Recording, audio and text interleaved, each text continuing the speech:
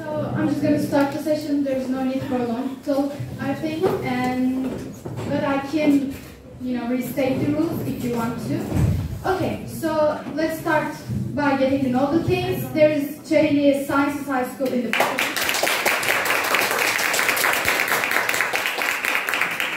And they will defend social deprivation causes crime rates to go up. And there is Kaptan Ahmet Erdoğan İmam Hatip in the opposition side, and they will defend social deprivation doesn't cause crime rates to go up. And we will start with the proposition side. You will each have 4 minutes, and you can start whenever you're ready. And please use your microphones for clear understanding. It's a necessity. You can start. Okay. In my speech, I will be talking about the socio-economic dimensions of social deprivation. As we talk about the effects of social deprivation, it's crucial to understand how social and economic aspects are closely linked, shaping and influencing each other. Social deprivation, which means not having access to resources and opportunities such as education, employment, and social activities, has serious consequences. And I'll highlight how social deprivation is connected with the increasing crime rates, particularly due to socio-economic factors. But I would like to explain it with a metaphor. Imagine 2 groups of chimpanzees that living side by side, and imagine you are giving the first group given poor quality food, and that won't be enough for them, and the other group is given high quality and all enough for them. What would happen at the end of this story? Of course, the group with poor quality and insufficient supplies fight with the other team to take their food in order to survive. And I think the same goes for the socially deprived people. Desperate people who have no prospect of a happy life can commit all kinds of crimes. And the sad thing is, they don't see it's a bad thing. They see it's their own right. Also, we can say, in social deprived communities, there are lots of economic disadvantages. First big issue is that many people cannot get good education, and it means they cannot find good jobs. If they want, many end up unemployed, and the others find jobs they don't pay enough. And also, because of social deprivation, it's tough for people to get good health care. And when people can't get good health care, this leads them to more health problems and higher costs. Also, it can be a reason of bad housing. And bad housing means bad housing affects their health and also their working performance. And for all these reasons, we believe people become more rebellious and uncaring towards their environment. Then they start committing crimes that they see as morally right because of how they were treated back then. But these people are not motivated because they are bad people. These crimes are committed out of desperation, and since the society socially deprives these people and does not help them in any way, they have no other way out. Let me give you an example. Imagine a person who consumes drugs, and imagine that this person's mother needs a high-cost medicine. Do you think there is a chance that this man can save his mother? You said that the social deprivation doesn't increase the crime rates, but what this man can do about it? No one helps him, and how can he save his mother? I hope you understand me. And in conclusion, we think the socio-economic consequences of social deprivation affects people negatively, and therefore, no matter how hard they try to change themselves, even though society's view of it won't change. And their awareness of this leads them to despair and rebellion. As a result, people are driven to crime. Before concluding, I would like to pose a question for you. Amateur analysis by Smith and Johnson, published in the Journal of Criminology, showed that there is a clear link between social deprivation and crime. And there are more 3 citations about that. Do you have some empirical evidences that supports your argument? If there is, then show me. Thanks for listening to me.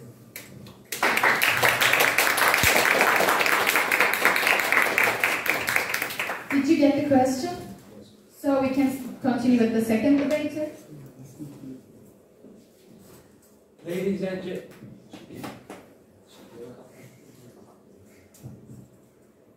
and gentlemen, today I want to talk about why social deprivation increases crime rates. We'll look into reasons like how social deprivation causes mental illnesses to go up and how mental illnesses causes crime rates to go up. Humans are social creatures. We crave for friendships, love, and relationships. That's what differentiates us from animals, and it is as important as food does. And if we don't get enough, some problems will show up. According to a Harvard study that's been going on for a century, yes, a century, not a decade, humans who were socially deprived their whole life were more prone to diseases like schizophrenia by a whopping 30%. Now, let's just say that this research, which has been passed on by generations of Harvard professors, is somehow wrong. I want to look at suicide rates throughout Europe. If you look at the Western European countries, where their people live wealthy lives and have a better future, they commit 5 times more suicide per capita compared to Turkey. Now, what's the main difference between them? While Western countries support the idea of individualism, Turkey and Turkish people have family bonds and they respect their traditions. Now, how does it transform into crime then? According to the American Health Institution, people with multiple mental diseases make up only 2% of the population while committing 35% of the crimes. And most of these are caused by drugs-related actions too. Let me give you an example. Imagine you're a depressed person who never felt happy in your life. You want to get those feelings by doing some other things. And if you run out of things to do, you will start doing substance abuse or drugs. And after some time, you won't have any money to buy them, and you will be addicted to them. And this is where it becomes Pavlov's dog's experiment. Even if you leave the addiction, you wouldn't think of mugging or theft as a bad thing anymore, because you probably did it to get money to buy those drugs. Because, let's face it, you wouldn't get any jobs while being a drug addict. And this is a mild example. There are worse-off situations where a person might try to take revenge by killing someone and might become a serial killer. Now, I want you to imagine this slingshot as a society and this piece of paper as a human. The more we stretch him away from the society as a whole, the more impact he will do when getting in contact with him. The more everyone will be hurt around him, and the more hurt he will be. This is a worse-off equation for everyone around him.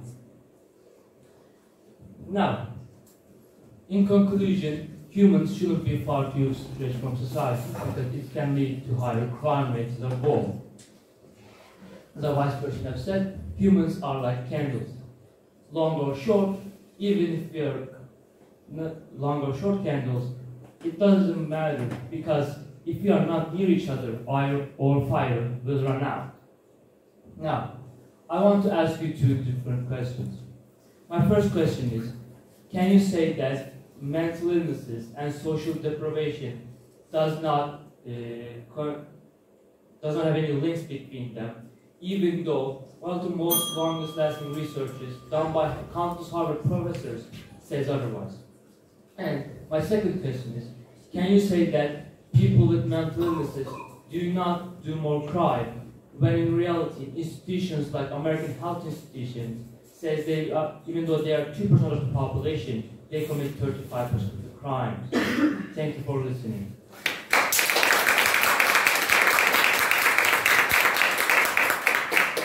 Did you get the questions? Okay, now we will continue with the third debater. You can start whenever you're ready. Hello everyone, today I'm here to explain that social deprivation causes crime rates to go up by talking about the breakdown of social support systems and the cycle of poverty and crime. To show you a situation, I'd like to give an example from the Japan country.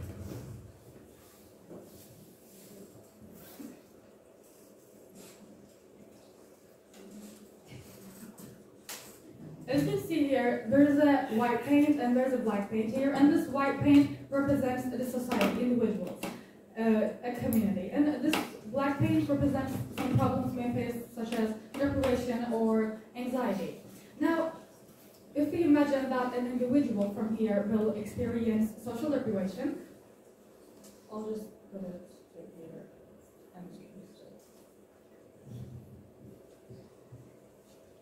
Now, as you see, the color turns to gray. I mean, it doesn't stay there. The black paint doesn't stay there as a dot. It just spreads and mixes. And this situation often reflects as crime in real life. I mean, people are affected, and they're bright people will be tempted to commit more crimes. And now let's consider the breakdown of social supervision. Social support systems such as family, friends, and education play a crucial role in providing individuals with resources and support they need to thrive. However, when these support systems break down, individuals may feel isolated, which will be causing crime to go up. For example, research has shown that individuals who can't get access to social support systems are more likely to engage in criminal behavior. And I'd like to explain that to you by giving a scientific example. A study named A Review of the Evidence by David S. Kirk and Robert J. in 2007 is a comprehensive review of the existing evidence on the connection between social deprivation and crime. The authors examined a wide range of studies from various disciplines, including sociology, criminology, and urban studies, to provide a thorough overview to the evidence. The study began by defining social deprivation as a lack of access to opportunities and resources. And the authors know that social deprivation is often concentrated in certain neighborhoods and communities, which can contribute to higher crime rates in those areas. They reviewed numerous studies that support the idea that social deprivation is a significant predictor of crime rates. For example, they cited research showing that neighborhoods and individuals with higher levels of social deprivation tend to have higher crime rates, higher crime like violent crime, property crime, and drug-related crime.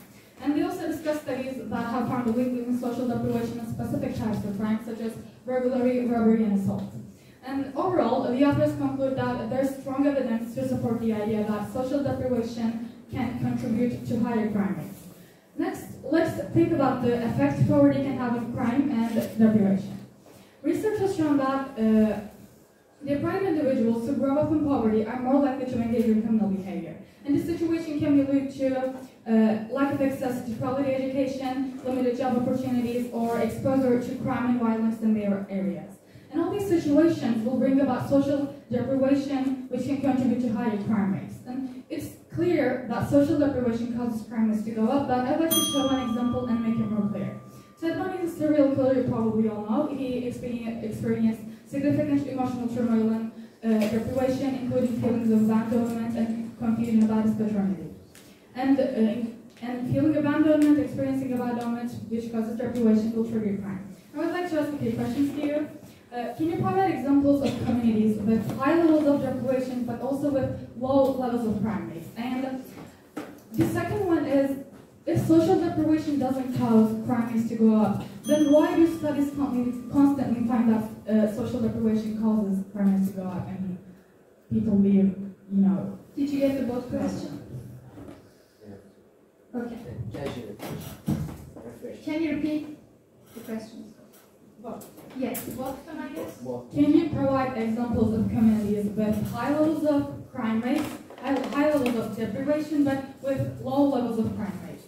And my second question is, if social deprivation doesn't lead to increased crime rates, then why do studies constantly find that disadvantaged or deprived communities have higher levels of violence or theft and other criminal offenses?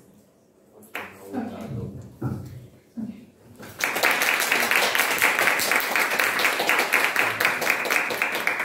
Now we will continue with the opposition side to defend themselves, and they will defend social deprivation doesn't cause crime rates to go up.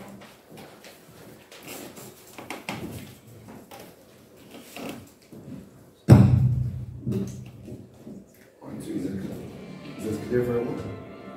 Maybe more closer. Okay. I run that 1, 2, 3, 4. Yes, that's all right. Okay. So, Honorable Jury, System Moderator, dear government team and fellow audience, as the Prime Minister of the Opposition team, I'd like to begin my speech with the following words. So why do humans always pursue society as a good place, where it's creatures who have caused so much harm to the world? Does the harm we inflict as society on the world disappear? The answers for all these questions become abundantly clear at the end of this debate. So as the first speaker, my aim is to enlighten everyone in this very room about why crime is a personal matter. And our second speaker is going to discuss the benefits of distancing oneself from society. And our third speaker is going to provide a fresh perspective for you guys to understand why social deprivation doesn't lead to an increase in crime rates. So first, I will talk about how society wrongly defines a crime and the dire consequences this can lead to. Dire consequences this can lead to. So that's why I want to address why crime is a personal matter. Crime is personal because it directly affects the individuals. When a person becomes a victim of a crime, whether it's theft, assault, or fraud, it affects their sense of security. Crime can cause physical or emotional harm or even trauma.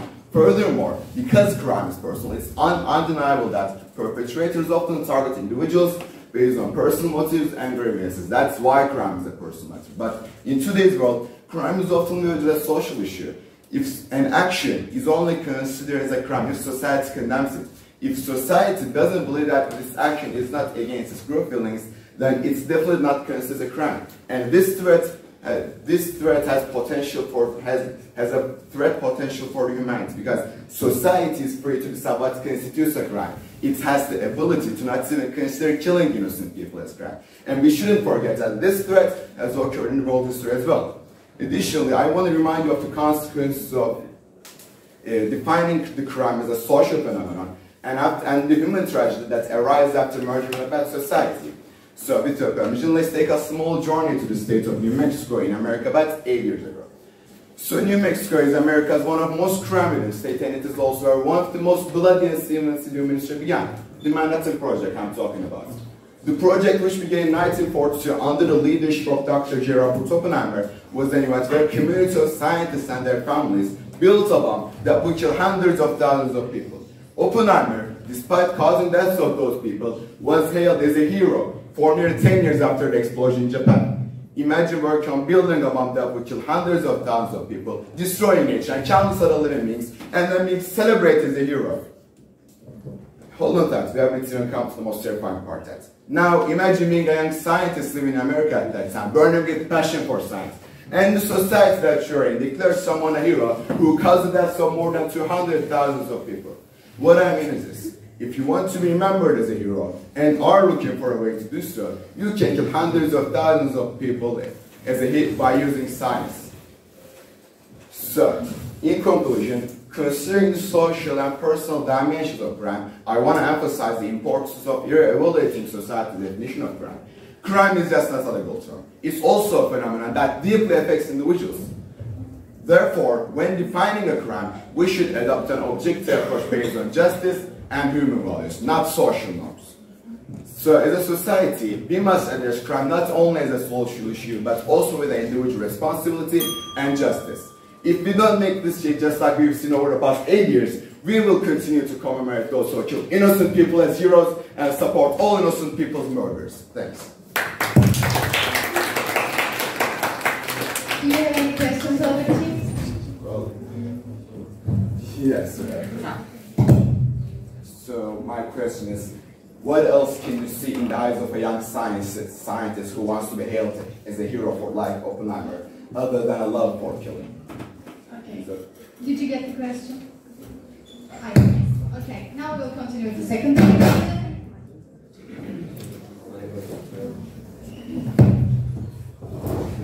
Yes. You can start. Reputable jurists and fellow government team members, I am the second speaker of the opposition team. I would like to start my speech by stating how does it occur, the social deprivation in individuals' life. Social deprivation has some causes. It doesn't happen easily before some factors are come into play in individuals' life, such as ethnicity, unemployment, low incomes, poor education, social exclusion, crime and family breakdown. So what we understand from this definition is social deprivation observed in people who are economically weak. Also, I want you to know the biggest crimes in the world committed by big companies, government and wealthy people. Thus, it should let us to understand that social deprivation, we cannot claim that social deprivation causes an increase in crime rates. Because when government commits a war crime, do they use social deprived? No, they use soldiers and employ people by them. How can we still say social deprivation increases crime rates? During the observations show the vice versa situation. Let me explain what I mean by presenting this argument to you. Firstly, we can never say social deprived people do not commit crimes less frequently, but this doesn't imply that social deprivation causes an increase in crime rates. To say social deprivation causes an increase in crime rates, we should prove in the category of social deprived people commit more crimes, as crimes are more likely to be committed in a societal category. Providing evidence to the mentioned assertion is challenging since crimes are more likely committed by all the category of people. So let me exemplify to you with a simple. Let me explain you this with a famous person named Jim Carrey. Are you familiar with this face? Yes, definitely you are. A movie star that all of us watch once in a lifetime. He came from a financially struggling family that compelled him to work from a young age. He used visualization to help get him through it. And there are various examples alike to this story, such as government presidents, CEOs, and other celebrities, and so on. There are exceptional cases we can see, but let me explain them to you with a simple metaphor. Personal guns, which were used people to secure themselves in any kind of extraordinary states, and they generally become used so. But what we think is carrying personal guns is a danger to the society. And the cases which were served to us creates a misconception. Creates a misconception. What we see at the agenda is the crimes committed by the guns, not the cases which let the individual provide his safety by using the gun. So it's a preconception what we see at the agenda, but nothing like as we thought. Also, we can see in our recent past the most known people, such as someone who we all know about somehow, named J.K. Rowling, the author of the Harry Potter series. She was struggling from economic ways before her novels gained immense success, making her one of the wealthiest authors. So what we should understand from this explanation is social deprived people can get out of it with a piece of art. Also, I am emphasizing there are lots of examples to like his story. Also, I like to conclude them all with an example from Great Rome. Monasteries. In Great Rome, they were using monasteries to deprive criminals from society. And you know what happened? Yes, they succeed and the crimes in society decreased. So in that context, as we can observe depriving people from society decreases crime rates, how can we say still social deprivation increases crime rates? Thank you. Thank you. Can I get applause for you? Alright, now we will continue with the third debate. Sir, you have 4 minutes and you can start whenever you're ready. Esteemed juries and fellow audience, as the third speaker of the opposition team, I'll start my speech indicating that social deprivation means deprivation from social norms. But what does this mean? Let's delve into what that means. As of today, social deprivation has become a subject for research and public debate. But a striking feature of today's debates are that virtually everyone seems determined that social deprivation lies at the problem of crime. Now, almost everyone has the idea that social deprivation is a reason because of that or that. No one seems to have an objective point that explains how something operating at a macro level, like social deprivation, can be proved to cause crime, a more micro phenomenon. What is this objective view I'm talking about? One of the more palpable reasons for this tendency to see that socially deprived bulks of society commit crime more is because they are more visible against the white-collar crime that goes unpunished. Because this is so important, because even the very definition of crime goes to approve this notion. There, crime is associated with actions that cause harm and violate social norms. But doesn't this definition raise questions? One could first ask, for example, if society normalized crime, does violating social norms inevitably lead to an increase in crime rates? Now, to show you better why socially deprived people are always pointed fingers on the discussions of crime, whilst there already is more crime caused by other factors in society itself. I can give an example. When Prophet Muhammad, peace be upon him, first introduced Islam, society didn't like it. It violated social norms. So they deprived the first Muslims the right to communicate, trade, or engage with society in any healthy way. A clear example of social deprivation. Now, not only did they not commit crimes while they were socially deprived, but also if you could go back in time and ask those people whom they would consider criminals, they would tell you it is Muslims. But for us, the way they lived was a bigger crime than what Muslims had done. The indigenous people of Mecca corresponds to today's commanders, CEOs, or even us for that matter. It means that the reason you think socially vulnerable people tend to commit crime more is precisely because they are socially vulnerable. So it's not that these people are vulnerable to their urge to commit crime, but to the society that blames them. They lack the cover, which all international crimes nowadays wear, which makes them targets of statistics. If you're out of society's territory, you're more likely to be charged for your crimes. Now, crime is definitely a complex thing, and deciding that social deprivation causes crime whilst you only are looking at socially deprived isn't the right approach. What I said now can also bring another dimension to our arguments. If society normalized crime, our very definition of crime goes to ignore the true criminals. Now, the Palestinian-Israeli war is a perfect example to demonstrate how society can normalize crime. While Palestinians remain socially deprived, videos of Israeli soldiers launching bombs on Palestinian houses have become popular in mainstream media. Now, how one could defend that is not a crime? And still, for those soldiers, the criminals are socially deprived Palestinians whom they bomb and kill as they wish. Now, in this occasion, we not only see that social deprivation not always correlates with crime, but also the same phenomena we saw in the first example, that if people are socially deprived, they already are considered criminals by the society that deprives them. The problem here is that society's judgment can be flawed too. It might be reversed than what proposition team has said. Society may normalize crime and socially deprived people may be innocent, but they are criminals in the eyes of society, therefore becoming statistics. So with that, I want to return to the beginning of my speech where I indicated that a socially deprived man meant a man deprived of social norms. Social norms are provocative and relative to the society that they derive from. And if this is the way we define crime as a means of violation of social norms, we clearly run the risk of only seeing evil where we look at it, which was emphasized by the German philosopher Georg Wilhelm Friedrich Hegel in his quote, "Evil resides in the very gaze which perceives evil all around it." Now my question is the same question I asked. If society normalized crime, does violating social norms inevitably lead to an increase in crime rates? If society normalized crime, does violating social norms inevitably lead to an increase in crime rates? Did you get the question? Can you repeat one more time? If society normalized crime, does violating social norms inevitably lead to an increase in crime rates? Okay, thank you, debater.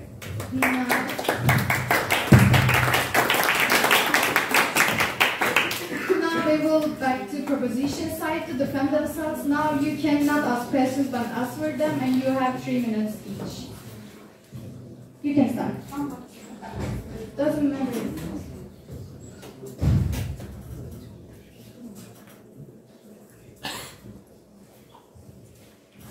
You were defending the idea that social deprivation doesn't cause crime to go up, and to defend that idea, we said that there can be a lot of reasons rather than social deprivation. And let me tell you what these things can be. It can be social and cultural norms, socioeconomic conditions, social disorganization, demographics, family environment, drug and alcohol issues, community policing and law enforcement, access to weapons, drug trafficking and organized crime, and psychological and individual factors. Well, there are 10 things that can cause crime. And I'd like to talk about cultural and social norms. Please imagine that there's a classroom filled with blonde girls, and imagine that there's a few brown-haired girls attending to that class. Well, for blonde girls, they're natural, it doesn't matter. It matters for them to be blonde, and they see that as a cultural thing. And when brown-haired girls attend to that class, they will probably judge them because their hair is brown, and they will,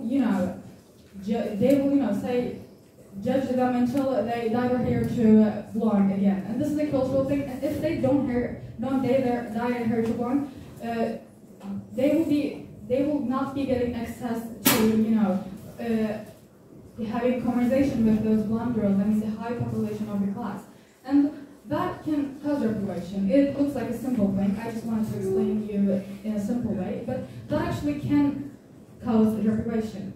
And also, I want to talk about socioeconomic conditions too. My friend already talked about that. I talked about that, so I will not be, making it long. But I still want to remind you that poverty is put you in a cycle that is really difficult to break, and this situation can really cause reprobation.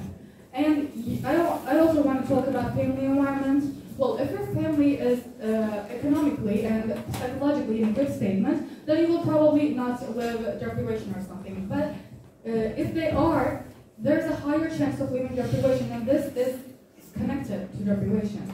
We explained that economic factors are directly connected to deprivation, and psychological factors are too. I mean, a whole speech was about that situation. And drug and alcohol issues, we also talk about that too, but drug and alcohol can be a reason or a result of deprivation. And for example, no one will want to hire someone that is struggling with drugs, and that would limit your job opportunities, and it will cause crime. And psychological and individual factors also. We talk about psychological effects, so I will not, talking about that too, but it causes deprivation, and we explain that. And social disorganization, I want to also talk about that too. Social deprivation often leads to breakdown of social bonds and institutions, with communities breakdown known as social disorganization can weaken some connections or cause deprivation. You already heard that. All right. Thanks a lot for your speech.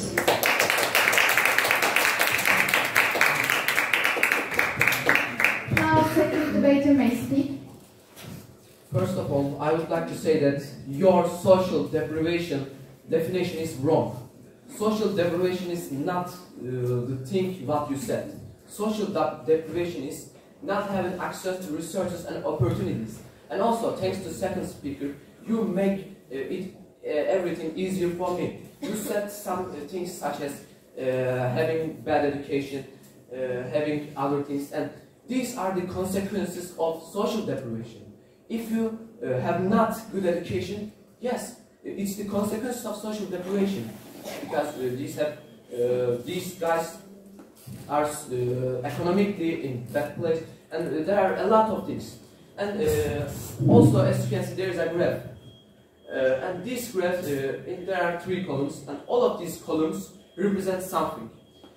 Firstly, that column represents social deprivation. This column represents causes of crime, and that column represents the crime rates. And I'm gonna pull the trigger, and let's see what will be happened if we make social deprivation higher.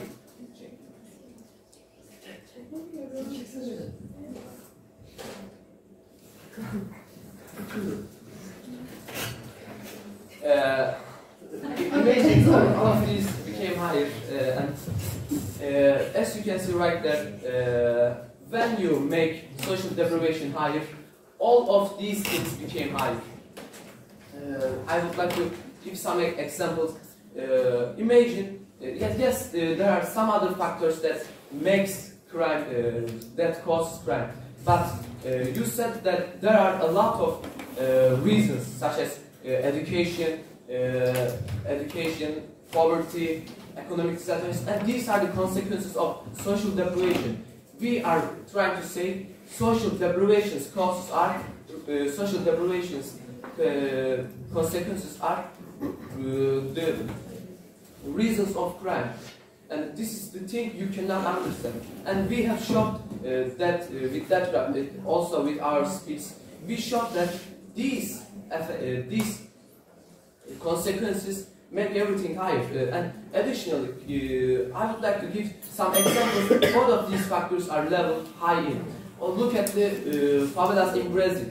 Look at the gypsy neighborhoods in Turkey or all Balkans. Look at the townships in South Africa.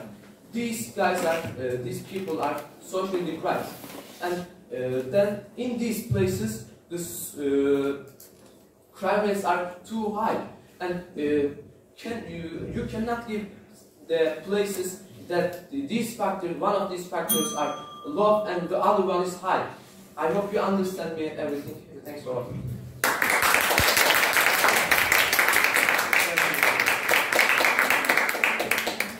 Thank you, debater. And third debater may speak.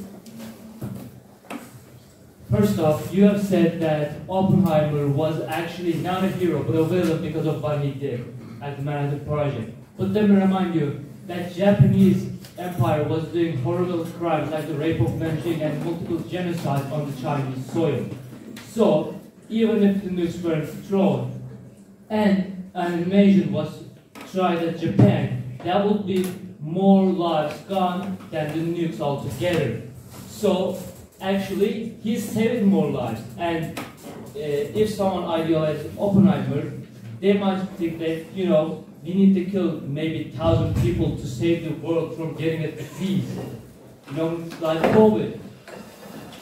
And you have said that Romans have built these containment chambers or something, and they put all the criminals in them. Well, the same thing is going on in El Salvador today.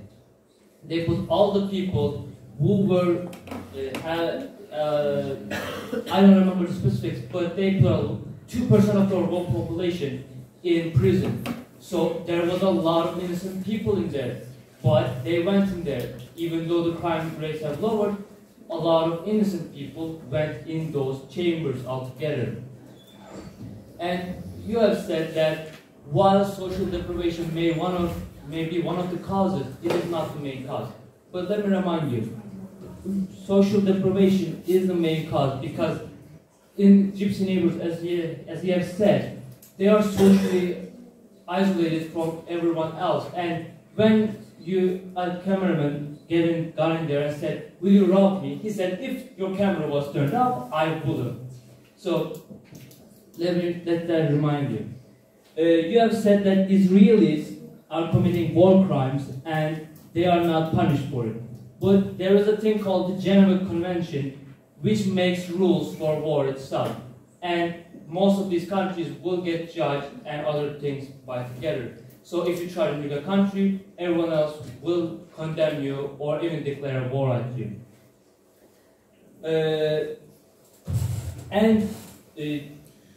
Yeah, you have said that war itself was not maybe stoppable at there, but the thing is, these nations are getting some blockades from some food supplies, some water supplies.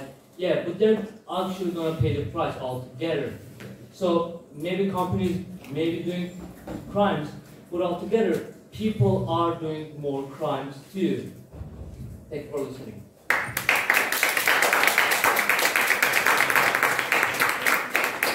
Thank you, debater, and thanks for the instructive examples. Now we will continue with the opposition side, and I guess they have instructive examples too. I'm very excited. Okay.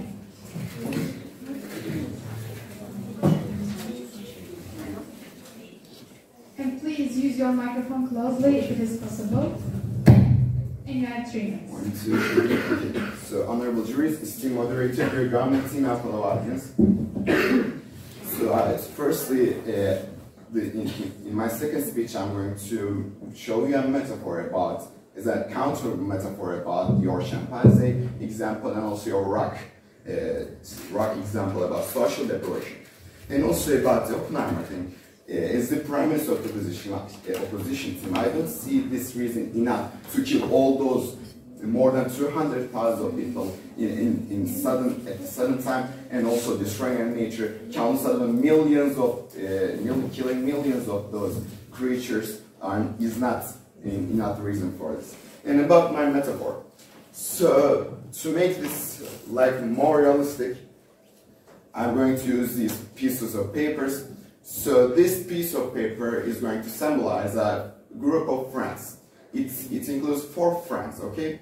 and I separated them with the pen. So 1, 2, 3, 4. There are 4 people. So one of the friends from this group learned, for example, the example that you gave us, the drugs. Let's say that this guy learned about how to get drugs, how to use them. So he came to his friendship, his group, and he taught that to other friends, and let's see now what happens. So all of them is going to commit this crime. As you can see, now all of them are burned. All of them did this crime, and this means that 4 of them are criminals. And now, just like the example that you showed with the rock, these 3 friends, there are also 4 friends, and these three friends deprive this guy from the group. Just like you did. He is deprived now. And same scenario goes same in this situation as well. This guy learns out how to use drugs, and he talks to his friends, and let's see what happens. Unfortunately.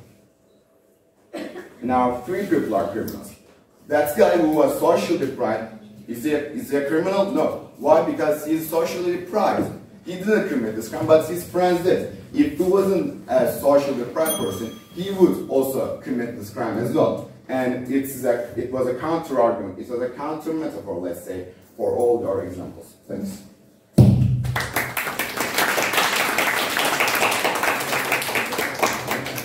Thank you for using your time wisely, and we will continue with the second debate. You have 3 minutes and you can start.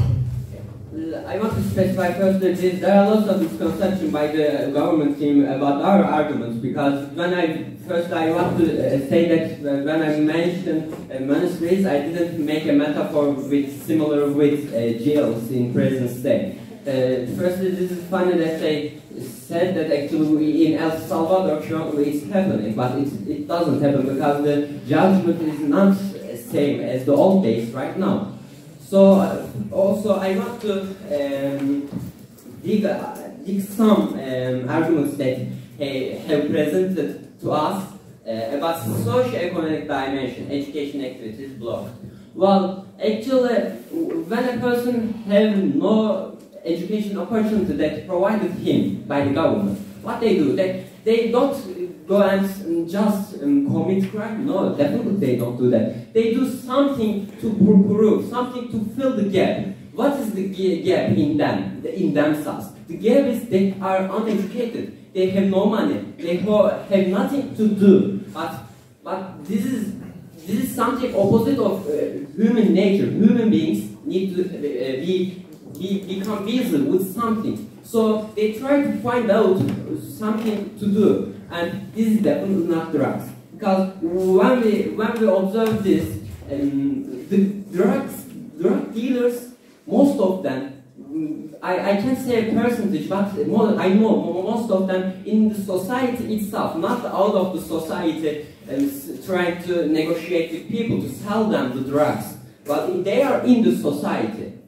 What we understand from this explanation I just done is the crime in the society, not out of the society. Depriving people out of the society is the only way to prove that they would be as isolated from the crime itself. Well, also I want to specify, just define what the metaphor they just made to us by using that paint stuff. Actually, this is something we needed to do, but we didn't think.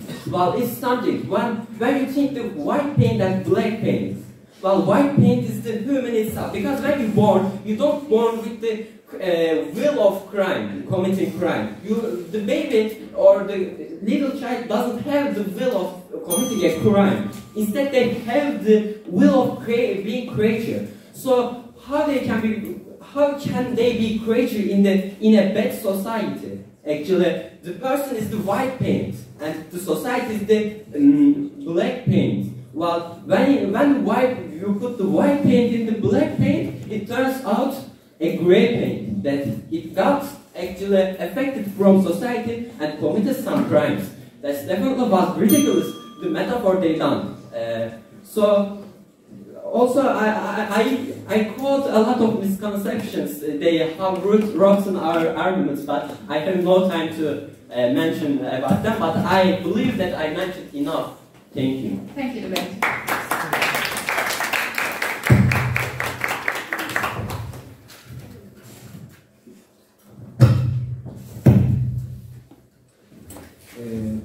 Esteemed jurists, fellow audience. Now, I'll start my speech with the first speaker of the proposition team has said. He was talking about a metaphor with chimpanzees who wanted bananas, who wanted better bananas. I'll give you a dozen of historic occasions of this happening. For example, African American civil rights movement was that chimpanzees wanting the better banana. It's the same thing happening with Tunisian uprisings or women rights movements in Libya. So it doesn't mean you don't. It doesn't mean if you have worse off conditions. It doesn't mean you just gotta your only way out is crime. For the most part, people tend to find other solutions to this problem, as we saw in the examples of, for example, American civil rights movement. And one of the questions they have asked was that do we have empirical evidence that social deprivation does not lead to an increase in crime rates? Of course we do. A crime curve was presented by criminologists to demonstrate how crime goes up and down in the ages. But if social deprivation, as the second speaker of the proposition team has said, if social deprivation is the main cause of crime, how are we to explain that it starts to lower its influence over the age of 25? Over the age of 25, we see that the crime starts to get lower. Or how are we to explain those people in that gypsy neighborhoods, favelas? Those places are full of women. But how are we to explain how it does not have any effect on women too? This is our empirical evidence first. And the second speaker of the proposition team has talked about the war rules in wars. I think it's too is a misconception. At what point? Because the point I was emphasizing with the Palestinian-Israeli war was that Palestinians were socially deprived, and yet they are the ones who are oppressed, and they are the ones who are killed. They are not the ones to make the crime. And also, to demonstrate how society can normalize crime. If we can see in media how Israelis launch bombs on Palestinian houses in Twitter, for example, it means that we too have normalized crime already. Thank you.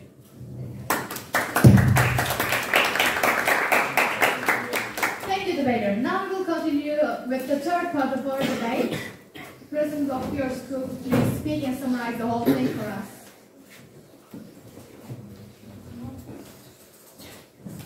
You have 3 minutes. Well, first, I want to say something.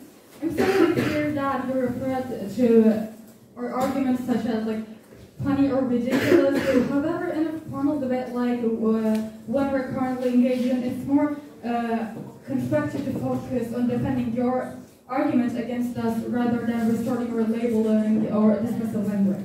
Well, as we conclude this insightful discussion on the connection between social deprivation and crime, I'd like to revise some key points raised by me and my esteemed teammates and offer another aspect of our collective understanding. Firstly, we delved into the socioeconomic dimensions of social deprivation faced by individuals in deprived communities. We emphasize that economic hardships can create barriers to accessing quality education and meaningful employment. And we explained that by giving examples such as, some chimpanzees. And we also demonstrated that without anecdotal researches or opportunities, individuals may feel compelled to research illegal means to survive or achieve their goals.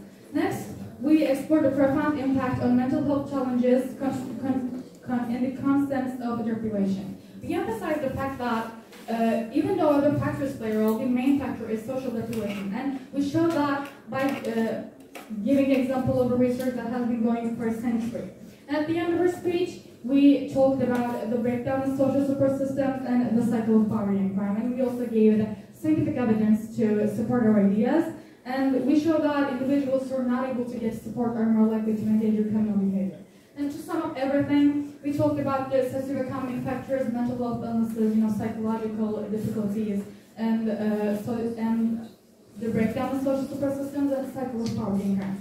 And in closing, let's remember that the issue of social deprivation is not a simple one-dimensional problem. It's a multiplicated issue that demands holistic solutions rooted in compassion, understanding, and productive intervention.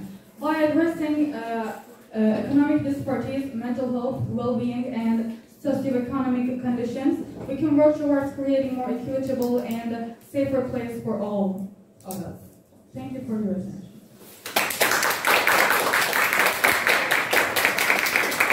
Thank you for using your time wisely. Now it's time for opposition side to defend themselves, to summarize their speech.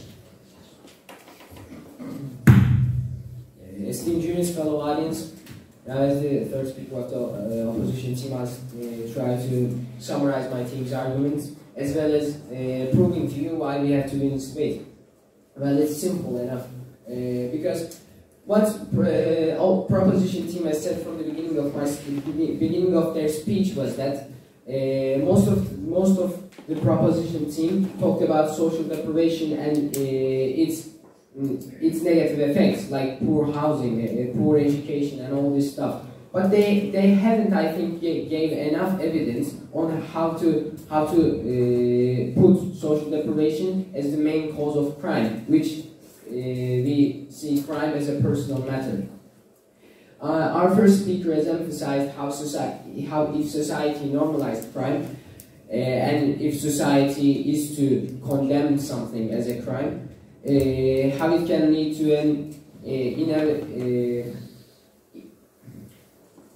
how it can inevitably lead to increasing crime rates. And our second speaker has emphasized how distancing oneself from the society is beneficial. And the main focal point of my speech from the beginning was to refute the scientific research under just one argument, and it was that most of the scientific research that was done already to socially deprived people, and they weren't considering the white-collar crime that goes unpunished. And I think this is the reason we should win this debate too.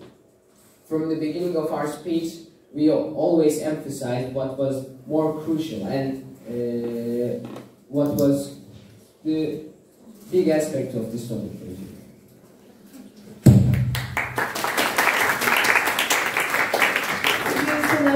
If you like to continue. Okay, so thanks to the both sides for their courages and their preparations on everything. Now it's up to juries to decide the winner.